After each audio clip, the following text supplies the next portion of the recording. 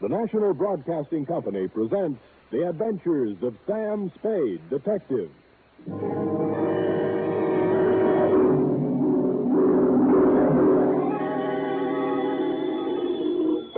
Sam Spade, Detective Agency? Me, sweetheart. Sam! Do you know you're in all the papers? Don't think I'm happy about it. You were standing on the sidewalk pointing, Mhm. and there's a dotted line running from you to X where they found the body. You mean where they found the last body, F? There were several before it. I know. All those poor, poor people. Tell me, Effie, how many dots were there running from me to where they found the body? Oh, let's see. 1, 2, 3, 6, 12, Sam. That's what I expected. What does it stand for? For 1, 2, 3, 6, 12. Deaths, F. Oh, no, not really. But definitely. We just got in on a big finish. This is a tale of deceit and intrigue that's strung through many islands and several countries. Yea, through a great many lives.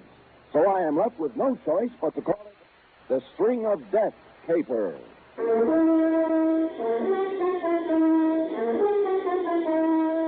For NBC, William Spear, radio's outstanding producer-director of mystery and crime drama, brings you the greatest private detective of them all in The Adventures of Sam Spade.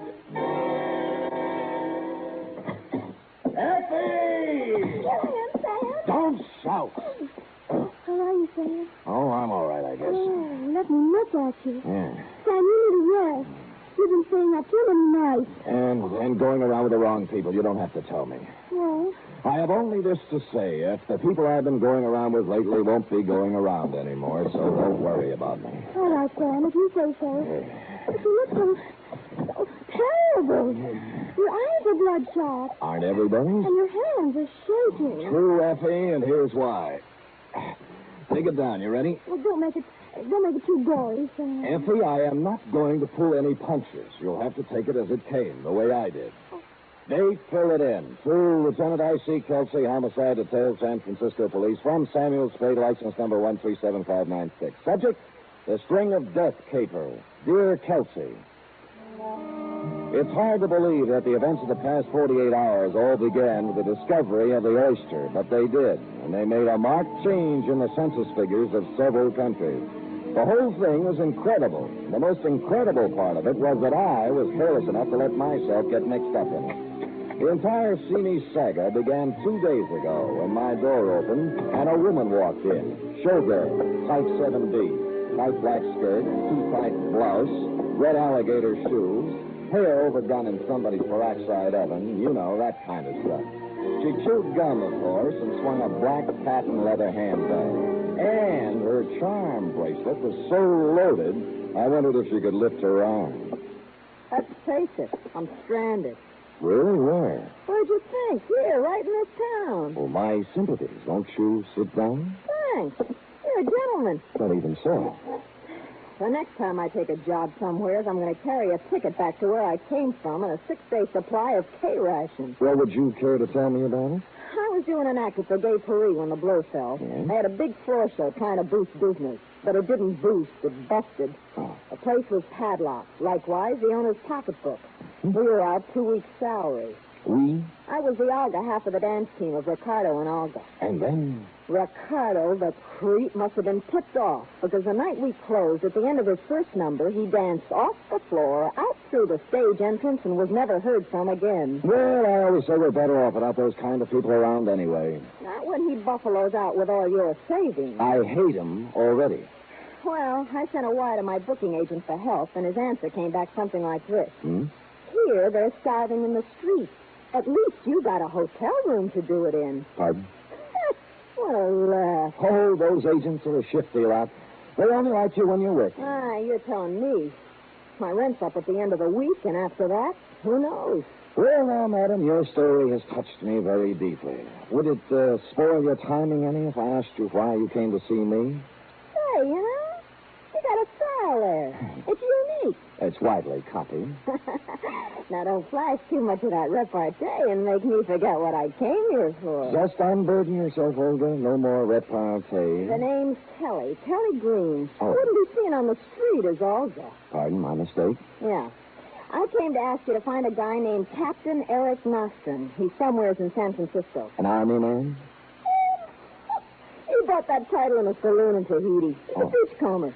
Tell him Kelly's got some information she wants to sell. Mm-hmm. You can reach me at the Embassy Hotel, 627. See you later, Sam. Just a minute, Kelly. Yeah? I hate to mention this to someone in your position, but there's a fee for my services. Oh, they'll pay you.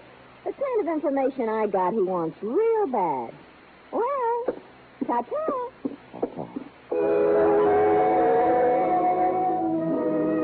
Clearing everything off my desk, 2 shoes with feet in them, mine, I embarked on this dangerous assignment, if Brian Donlevy will pardon the expression.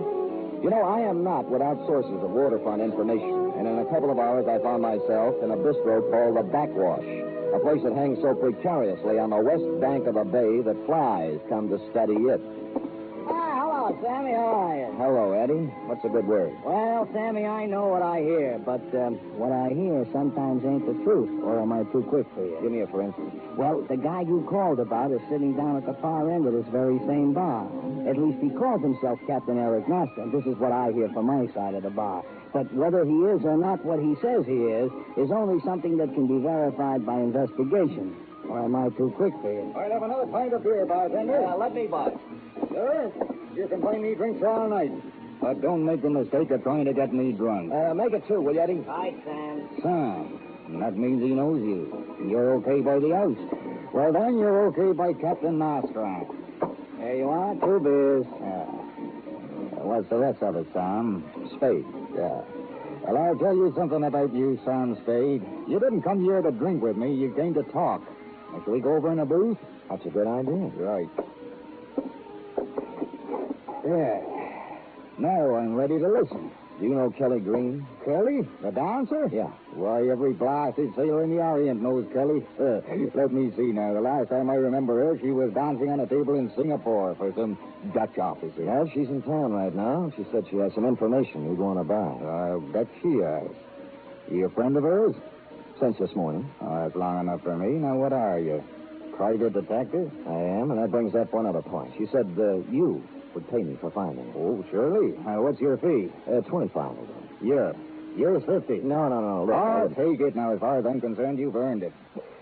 Now then, what's our address? Embassy Hotel, room 627. Well, I'll get in touch with her. Well, see you around. Hey, wait a minute, Spade. How would you like to find someone for me? Why not? Who are you looking for? A man named Chan Lee. Now, suppose I tell you the old story now. You take a look at these. Look here. Feast your eyes. He took a swatch of velvet cloth out of a sea jacket pocket and opened it. On it were 6 very large, very breathtaking, rose-colored pearls. Ostrin's eyes flicked over each pearl as if he knew it by name and lineage. He let me stare at them for several silent minutes before he spoke again.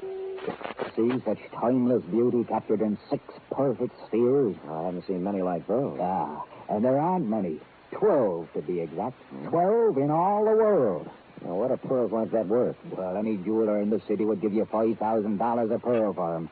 But if I had all 12, I could sell the set for $75,000. How'd you get half of the 12 pearls, Master? You ever hear of the Toy oyster banks off the Borneo Islands? No, I haven't been pearling lately. Well, I have. Well, is that where these came from? That's right, from the Toy banks. A friend of mine in Joro, named Hong Kong Harry, tipped me off that 12 perfectly matched rose-colored pearls could be picked up at Cagayan Sulo from a wholesale buyer called Dong Se Mao. Well, which is it? I shipped over on a catch with 2 other men. Dong Se Mao asked 12,000 pesos for the lot, and I took them. Again, when we left Cagayan Sulu, I got caught in a storm and I went overboard. But I didn't fall accidentally, no. I was hit on the head and thrown overboard. Your buddies wanted the pearls. They got 6 of them in my sea bag. The other 6 were sewn inside my belt. I still have those. Well, I traced those 2 guys all over the Orient. But both of them was killed. The Morrow curse, they say. So far, 8 people have died over these pearls. The Morrow curse. Corny, isn't it? Yes. Anyway, the rumor is that the other 6 pearls have found their way to San Francisco, and that a man named Chan Lee knows about them. I've been here 48 hours, and I haven't found him. Well, what do you plan to do when you find him? Don't you worry, Spade. I have a buyer. I'll pay cash for him. All right, I'll give you $50 worth of looking for Chan Lee. Now, where can I get in touch with her? Are you in the book? Yeah. Then I'll find you. But just one thing, Spade. If Kelly likes you, you must be straight. Here, take a pearl. Now, wait a minute, Master. You just said each one of these pearls is worth $5,000. Suddenly $500 to me, but I want to play it this way. Now, if you find Chan Lee, you ask him if he knows me, and ask him if he knows about the pearls. Now, maybe he won't talk to you, so if he doesn't, just show him the pearl, and then walk out. He'll fall all over himself to find me. Well, you know best. I assume no responsibility for this pearl, Ron. I can handle the responsibility for both of us. Here. Harry Ching, a friend of mine who has his ear to the Oriental ground, put down his mother tongue edition of that great Chinese detective, Shylock Holmes, and directed me to a little food store just off Grand Street. There were a number of people in the store looking at merchandise. My man was small and fat and behind the counter. Good afternoon. May I assist you? Chan Lee? Oh, no. My name is Lien. Harry Ching told me Chan Lee would be here. Oh, before my name Lien, my name Charlie. The personal reason for change. You understand? Not fully, no, but I'm not here to inquire about that. Tell me, do you know a man named Captain Eric Nostrin? No. Never hear name Captain Nostrin. With his big, red-pointed beard, rough. Register? Sorry, no. Ever hear of the rose-colored pearls of Powhatan? You joke. Why you talk pearl with Lien? I deal Chinese food, not really. Well, I might have the wrong Chan Lee, but do you know anything about pearls? Oh, I can tell good pearl from bad pearl. My uncle was pearl trader. Well, take a look at this. Let me see. Well, don't put it in your mouth. I just did it to test skin. Oh, yeah. Surely a joke with me. Joke about what?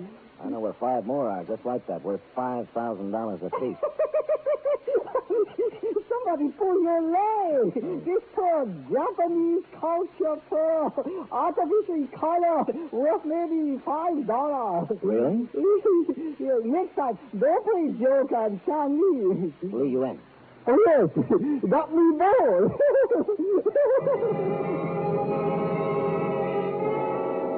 A skeptic, I took the pearl to a jeweler I know, and he told me Chan Lee lied in his straggly beard. It was the finest specimen of rose pearl he'd ever seen. Well, I went back to my office to wait for Nostrin's call when and if it came. I say I went back to my office, but not directly in, because just as I was putting the key in my lock, something familiar pushed in between my shoulder blades. Mr. Spade, I know all the tricks, so don't try any. Just open the door and go in. You bet. Now sit down at your desk and put your hands on top of it. Yeah, you were looking at the tea in Chan Lee's store, weren't you? I was, and I want the pearl you have. Me? You. All right, if you're going to make a scene, suppose you give me something. I don't have to give you anything. That pearl belongs to me. It was stolen from me, along with all the others. By Eric Nostrin. Right. Bought those pearls from Tung Semao in Cagayan Sulu. Nostrin was crew on my catch, and on the way back to Shanghai, he threw me overboard so he could have the pearls himself. Well, didn't you drown, Mr. Ivan T. Sanderson. Oh. Some Jap fisherman picked me up. Good. This is the first of the 12 rose-colored pearls I've gotten back, and I mean to get the other 11. Even if it takes a few dead bodies to accomplish it. Well, I admire your spirit, sir, but I'm afraid you've picked out a tough career. Where's Nostrin? I don't know. You must know you're working for him. Look, he said he'd contact me. Honest, How did you get tied up with him? A girl named Kelly Green hired me to find her. Call her. All right. And ask her where Nostrin is. All right, I will. But don't point me. Not polite. Yes, well. Embassy Hotel. Oh, 627, please. Whom are you calling, please? Miss Kelly Green. Hello? Kelly? Yeah? Sam Spade. Yeah? Did Captain Nostrin get in touch with you? No. Did you find him, Sam? I did. Well, he hasn't come up here yet. Not yet, Sam. Thanks for calling. Goodbye. She hasn't seen him yet. Thank you, Mr. Spade. I'll be checking with you from time to time. He pocketed his gun and stalked out with a $5,000 pearl in his hand. I knew he had heard the operator say Embassy Hotel, and I knew he heard Kelly Green's room number. So I let him get a small head start. He went directly to the Embassy Hotel. I followed him into the lobby. He got the one elevator, and I had to wait until it went up and came down before I got it. When I arrived at the 6th floor, the door of 627 was slightly open, and there was a sharp odor in the air. Ivan T. Sanderson wasn't there. Neither was Kelly Green. And dragging himself across the floor, trying to reach the door, was Captain Eric Nostrom. He had 2 bullet holes in his back. I tried to help him, but it was beyond me. He collapsed, dead. As his body relaxed, his mouth slowly opened, and 5 rose-colored pearls rolled out.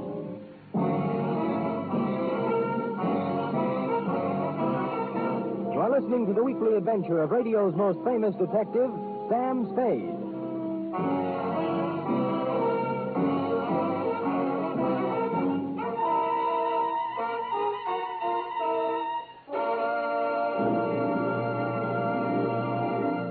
Three chimes mean good times on NBC. There's music and mystery with the chimes every Saturday.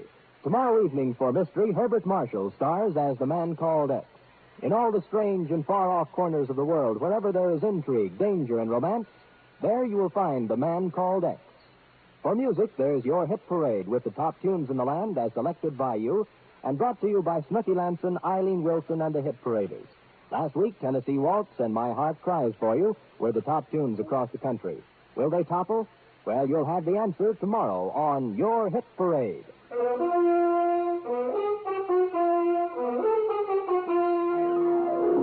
And now back to the String of Death caper, tonight's adventure with Sam Spade.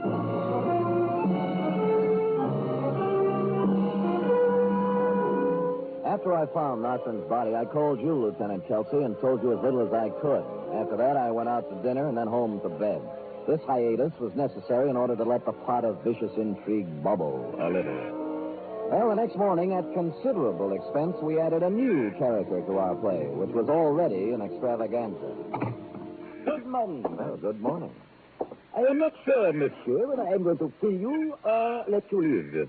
A very effective entrance, sir. And who are you? Jacques Malraux. Aha! Of the Malraux curse. The same, monsieur. It was reported in the papers that you found the body of Captain Eric Nostrand in the apartment of a girl named Kelly Green. Well, I'm afraid I just happened to be there. Did you happen to know if anyone found a number of pearls on Nostrand's body? Well, as far as I know, they didn't. You mean the Tawatawi pearls, don't you? Aha! You know about them? A little, yeah. They belong to a man named Tung Se Mao, who stole them to a man named Ivan Sanderson, who had them stolen from him by Captain Nostrand, who had half of his stolen from him. That's the installment I just read, anyway. Perhaps it is mostly right, except for one important point. Tung Se Mao was holding them for me. They were not brought. They were taken from him at the point of a gun. Getting involved. I risked my life in the shark-infested waters of Tawatawi diving for those pearls. No man but me will possess them. Now, where to find Kelly Green and Ivan Sanderson? I don't know. The police don't know, so I can't tell you. Aha. All right, Mr. Spade. You have an honest face, I believe you. But if it turns out later that you have deceived me, you will find to your regret that Jacques Malraux is not an easy man to do business with. Au revoir.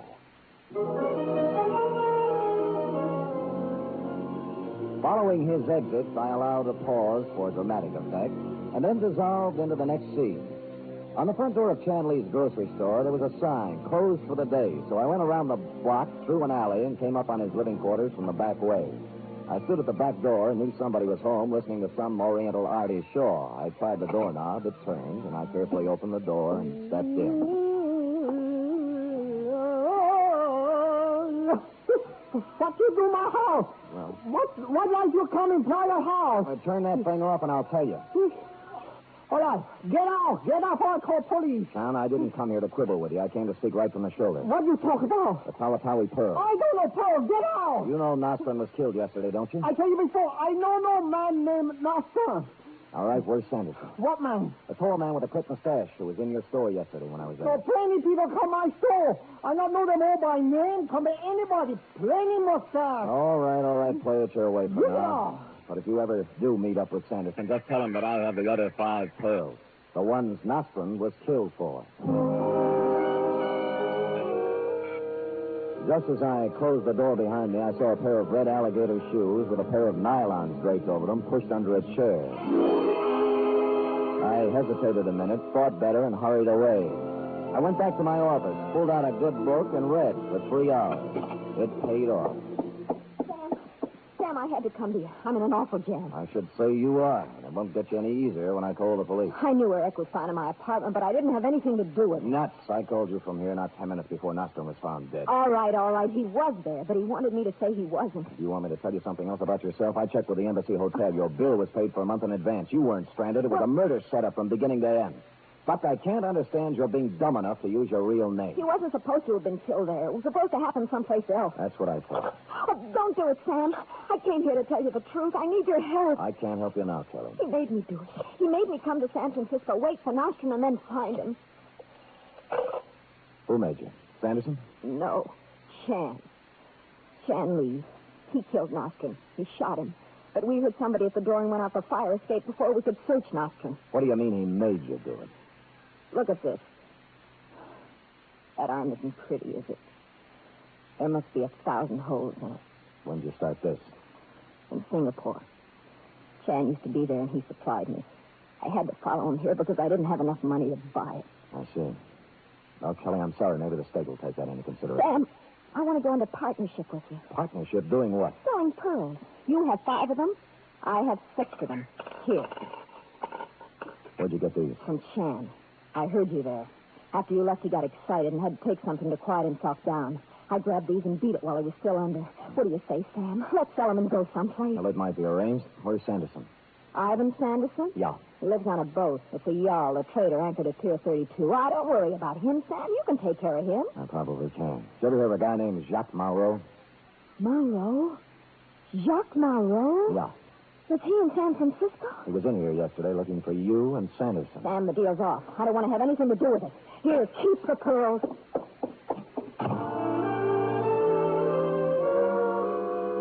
I picked up the 6 pearls and put them in my office safe with the other 5 I'd taken from Nostrum.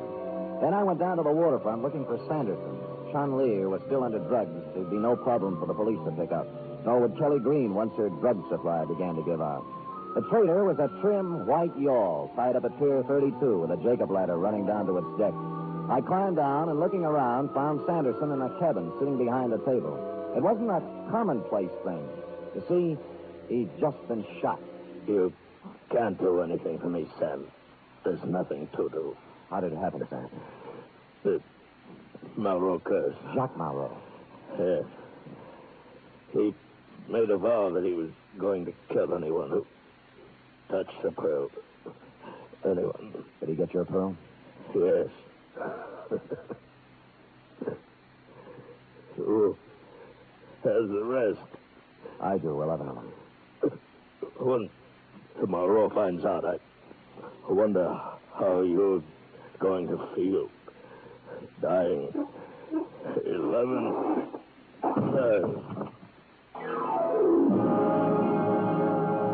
That's when I turned the whole thing over to you, Kelsey. I went back to my office, put in a call to your office, and gave you a complete rundown on the case from beginning to end. Who did what and how you might go about finding them. You said you'd be right over to pick up the pearls, but you got there a little late. I had no sooner put down the phone when... All right. You have a pearl. Give them to Chubb, or he will not hesitate to shoot you. The way you did Nostrum? I don't have time for talk. Hurry, get pearl. Okay. They're in my safe here. I don't think I'm going to give you any arguments or pull anything clever. It would be too bad if you did. I don't really know who these pearls do belong to, and I don't care much anymore. You can have the worries instead of me. I would be glad to worry about such a treasure. Yeah, here they are. Stay where you are. Throw them to me. Catch. Thank you. Now I will go. I advise you against raising outcry. I'm glad to get rid of you. Go and have a long and happy life. Oh, I have been hand-picked by the guard. He was, but for a different reason. He put the pearls in his pocket, and with a little smile of triumph at how easy it had been, he turned and quickly walked out of the office. He even closed the door politely. But outside, he didn't get far. I ran for the hall, firing my .38 out of the holster. Chan Lee lay still on the floor, and his coat pocket had been turned inside out. Steps were pounding down the stairwell, and I followed. When I hit the sidewalk, he was half a block away and running. I I fired at him, and he stopped and fired back. My second one caught him in the chest, and he fell twisting across the sidewalk. I walked right up to him, but it was all over.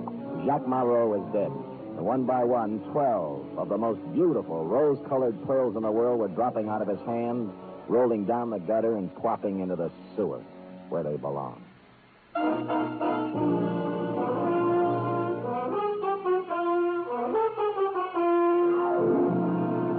Period. End of string.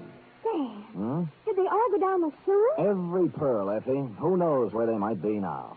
Maybe at the filtering plant. Maybe out to sea. Sam, could I get off early tonight? Effie, put that thought out of your mind. They're not worth it. Oh, but Sam, all that work. I said forget it. I'll go type that up. Oh. Go on, scoot.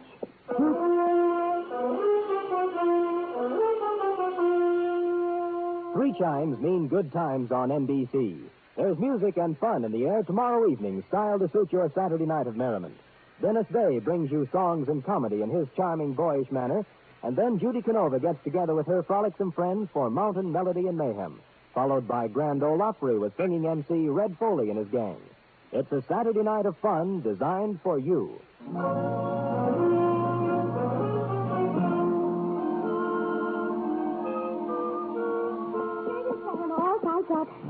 Oh, Sam, those pearls. I'd give anything just to wear them one night. Anything? Well, I suppose it isn't worth it. But someday, somehow, I want to wear expensive jewelry. Effie, I'd rather see you with a sparkling light in your eye any day. Looks much better on you. And, of course, it's cheaper. Effie, is that a slur on my character? Oh, I don't get paid too much. Or too often. All right, let's settle this thing right here. You say you want some pearls? Oh, I'd love some. Well, here you are. 6 oysters. 3 boys and 3 girls. You can grow your own at home. Sam, are those really oysters? They are, indeed. I picked them up at Fisherman's Wharf just this afternoon. Well, what do I do? Well, I'll make it easier for you. I also bought a bottle of cocktail sauce. So which will it be, pearls or oysters on the half shell? Oh, Sam, you're so different. Let's eat them. Not until you say... Good night. Good night, sweetheart.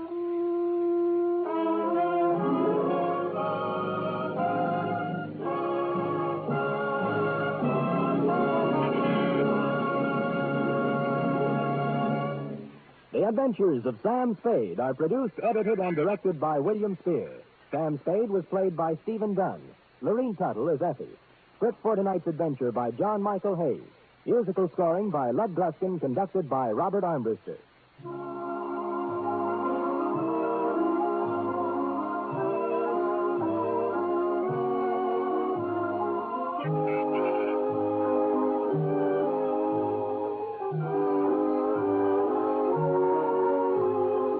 Join us again next week, same time, for another adventure with Sam Spade. Now the Magnificent Montague, then it's Duffy's Tavern on NBC.